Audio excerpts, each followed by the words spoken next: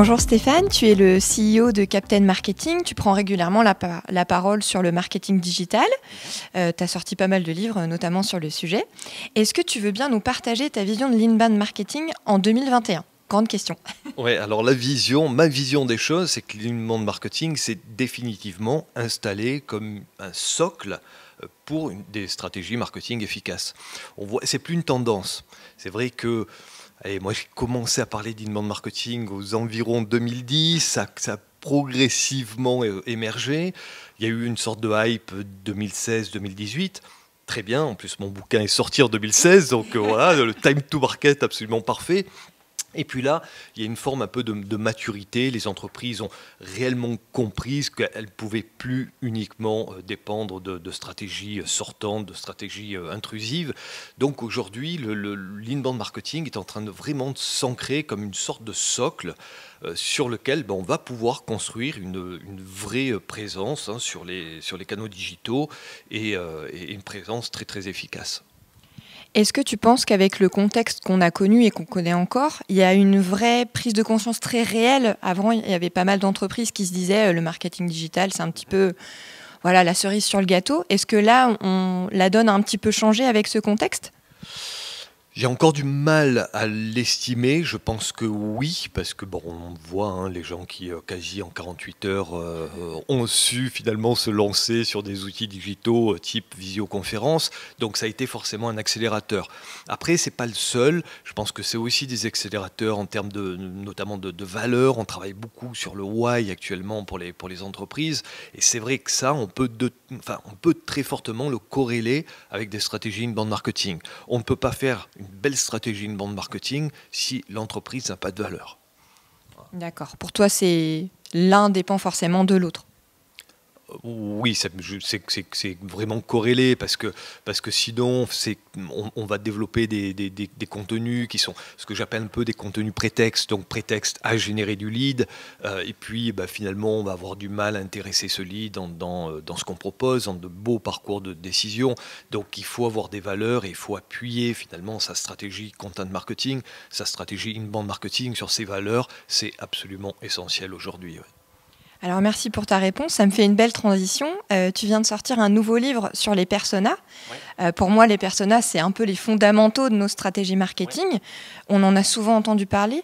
Ouais. Pour toi, en quoi c'était essentiel de prendre la parole sur ce sujet-là ? Parce que c'est probablement le sujet le plus complexe du marketing. Et c'est à la base de tout ce qu'on va faire aujourd'hui. On a tous l'impression qu'on connaît ses cibles. Je sais pas, je développe des formations Excel. Je vais me dire, tiens, ma cible, c'est expert comptable. Bon, très bien. Et en fait, c'est juste la partie émergée de l'iceberg, c'est ce qu'on voit, et il va falloir découvrir tout ce qu'on ne voit pas, quelles vont être les motivations profondes, voire même la psychologie de ces audiences, de ces cibles, pour pouvoir véritablement les engager. Et ça, c'est un travail de persona. Est-ce que tu penses qu'avec tout ce qu'on a pu entendre sur les personas, on a tendance un peu à survoler cette partie-là quand on met en place la stratégie ? Est-ce que tu aurais des conseils, toi, à donner sur justement comment faire en sorte qu'une entreprise puisse mettre des personas efficients en place ? Oui, tout à fait. Très bonne question. En fait, c'est vrai qu'on a on a une approche autour du persona qui pour moi est complètement erronée.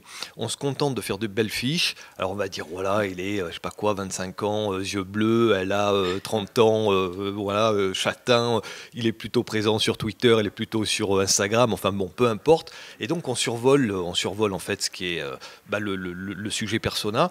Ça donne de belles fiches qu'on va ranger dans son disque dur et puis finalement on n'en fait strictement plus rien.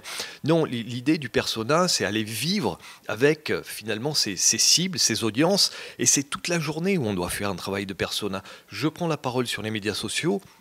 Comment finalement, je vais prendre sur un sujet, comment ce sujet est vu et vécu par mon audience. Voilà, ça, c'est un travail de persona. Et à partir de là, on va voir qu'on va pouvoir finalement prendre la parole de manière beaucoup plus efficace, beaucoup plus intéressante pour nos audiences, et forcément, les résultats vont rapidement augmenter. Est-ce que pour toi, les personas, on a tendance un petit peu à les laisser statiques et au contraire, c'est plutôt une démarche évolutive? Est-ce que ça doit évoluer justement en fonction de la stratégie que tu mets en place sur les personas initiaux? Oui, bah, c'est exactement ce que je viens de dire. Il faut vivre avec ces personas. Donc on va pas construire ces personas. Allez, ce trimestre, tiens, on va travailler sur nos personas et puis après on passe à autre chose. C'est au quotidien, on doit, en tant que marketeur, en tant que même que commerciaux, de communicants, on doit se lever et transpirer persona. Donc tout ce qu'on fait, la moindre prise de parole doit être orientée sur ces cibles. Puis finalement, c'est comme ça qu'on met au cœur de ces processus le client et qu'on va chercher à lui faciliter la vie, à l'intéresser et à faire des choses qui soient véritablement orientées client. Donc oui, c'est un continuum. On ne peut pas se dire, voilà, j'ai développé mes personas et puis je passe à autre chose. Ça n'a pas de sens. Les startups qui sont dans le monde du SaaS, par exemple, le font très bien. Ils cherchent tout le temps, constamment, à faire évoluer leurs produits, mais ils ne le font pas de manière un peu, allez, tiens, au doigt mouillé. Ils le font grâce au retour de leurs clients, de leurs prospects, et ils vont construire grâce à ces retours-là.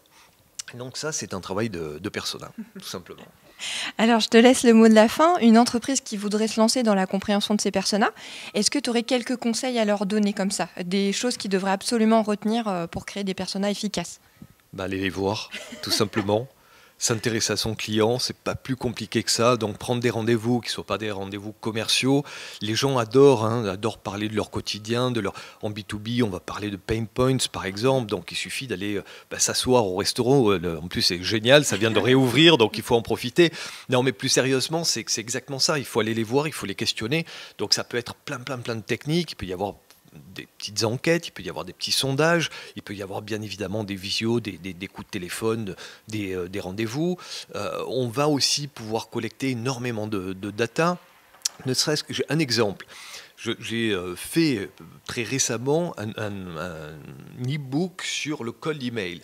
Et je me suis dit, tiens, en France, cold email, c'est un terme américain. Je pense que email de prospection est beaucoup plus utilisé que cold email. Et donc, j'ai commencé à construire mon titre et mes accroches autour de email de prospection.